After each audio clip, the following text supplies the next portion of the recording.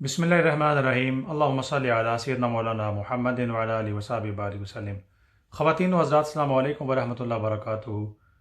اللہ تعالیٰ آپ سب کو سلامتی عطا فرمائے۔ آج جمعہ کی بیان اور ایک میسج کے طور پر، پیغام کے طور پر، حدیث پاک آج میری سبجیکٹ آف ٹاک ہے، ایک گفتگو کا عنوان ہے، اور صحیح مسلم شریف کی حدیث پاک نبی کریم صلی اللہ تعالیٰ وسلم نے ارشاد فرمایا۔ حضرت سیدنا ابو ہریرہ رضی اللہ تعالیٰ عنہ آپ روایت فرماتے ہیں، اور یہ حدیث پاک معاشرے کے اندر، انسانی سوسائٹی میں، انسانی معاشرے میں آپس میں تعلقات اور ایک دوسرے کے ساتھ کیسے رہا جائے، نبی کریم صلی اللہ تعالیٰ وسلم کی تعلیمات اور گائیڈ لائنز ایک فاؤنڈیشن کی حیثیت رکھتی ہے۔ آپ سماعت فرمائیں۔ آپ فرماتے ہیں قال رسول اللہ صلی اللہ تعالیٰ وسلم، سرکار نے ارشاد فرمایا، لا تحاسدوا ولا تناجشوا ولا تباغضوا ولا تدابروا ولا يبع بعضكم على بعض على بیع بعض۔ حضور نبی اکرم صلی اللہ تعالیٰ وسلم نے ارشاد فرمایا، ایک دوسرے سے حسد نہ کرو، جیلسی، ایک دوسرے کے ساتھ حسد یہ ہوتا ہے کسی کے علم، فضل، تقوی، طہارت، نام نسب کے ساتھ جلنا، اور انسان اپنے اندر، اپنے دل کے اندر ایک بغض فیل کرتا ہے کہ یہ اس کی صلاحیت، یہ خوبی، یہ چھن جائے اور مجھے مل جائے، اور انسان ایک نفرت کا، ایک گرج کا، ایک نفرت اور حقارت کا اپنے اندر اس بندے کے خلاف محسوس کرتا ہے، کسی بھی خوبی پر، کسی بھی کوالٹی پر، اور کسی بھی چیز پر یہ ہو سکتا ہے۔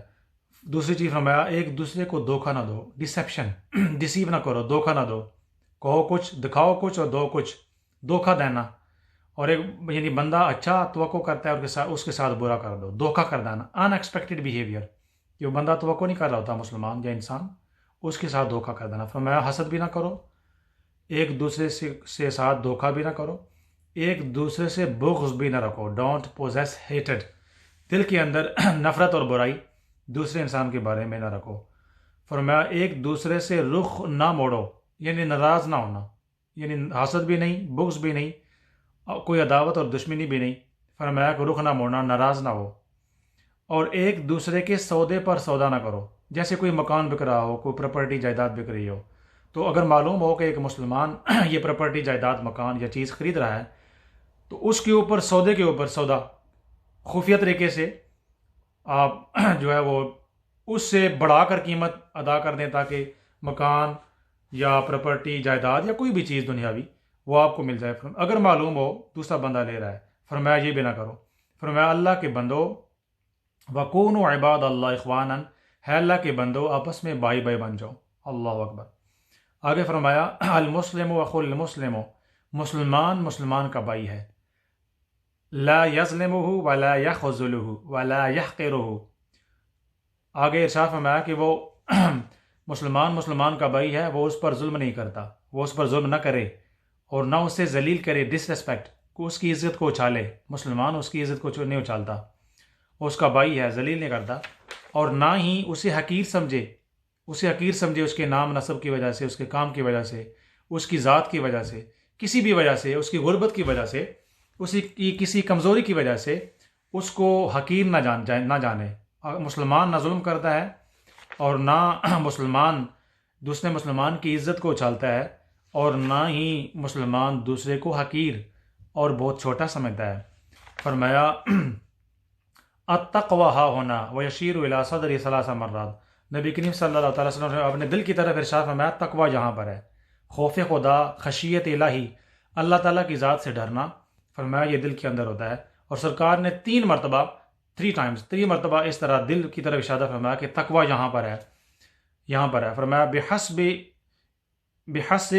بحسب امرئ من الشر ان یحقر اخاہ المسلم۔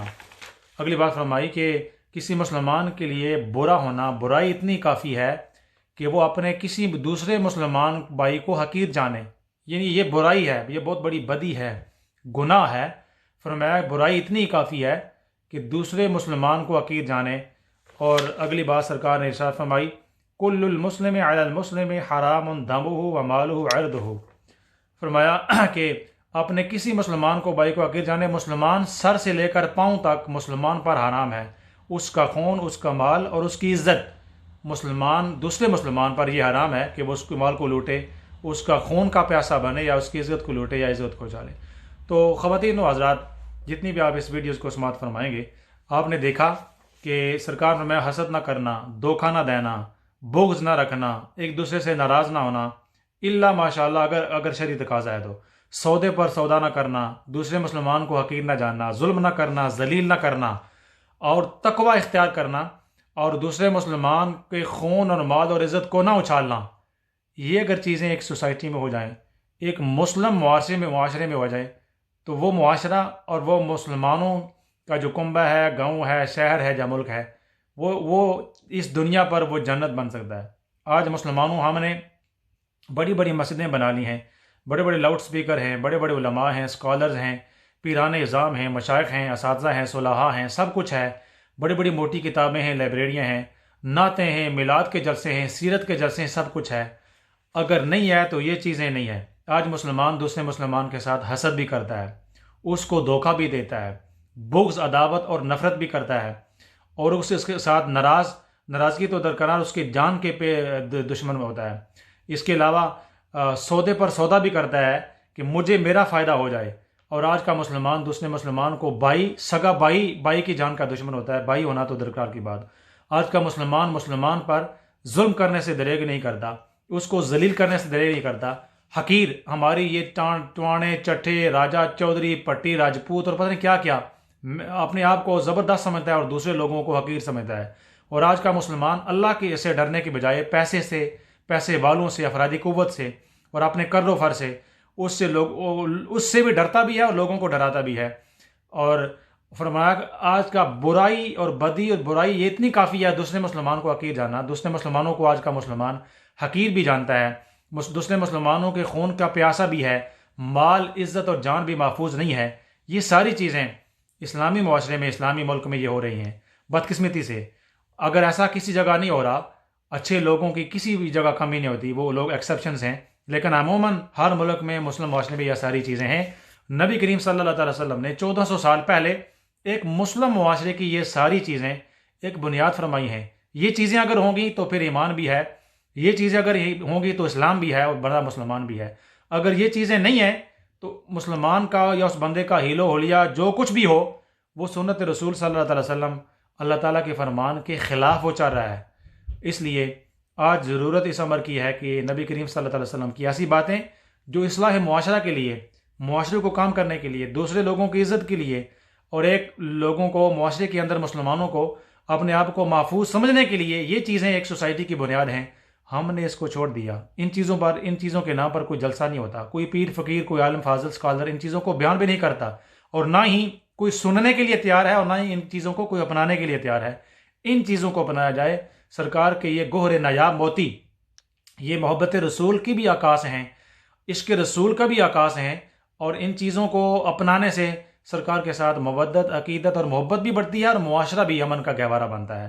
اللہ تعالی ہمیں نبی کریم صلی اللہ علیہ وسلم کی خوبصورت باتوں کو پڑھنے، سمجھنے، عمل پہ رہنے کی توفیق عطا فرمائے. وما علینا الا البلاغ. جزاک اللہ خیر.